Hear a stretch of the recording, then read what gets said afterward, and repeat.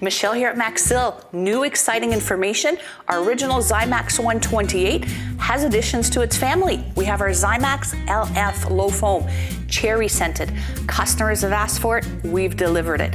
Ideal for suction lines, dental unit water lines, where the low foaming properties are required. It still has the same usages as the Zymax 128.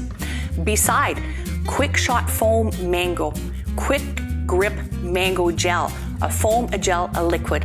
Why are we introducing these new products? Because in the reprocessing of instruments, should instruments have to sit for any period of time before heading into the ultrasonic bath, instrument washer, they have to be accounted for as a pre-clean or a pre-soak.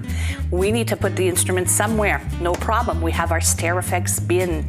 Inside our bin, we have a diamond pattern tray holding the instruments nicely, allowing as well for proper drainage when we're finished. There is a nice system to hold the tray in place for drainage, put it back in.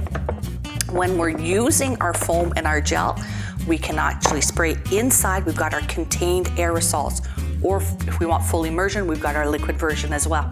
Outside of the SteriFX bin, 2 dials may be used for identification of what's happening, what you're soaking inside the bin.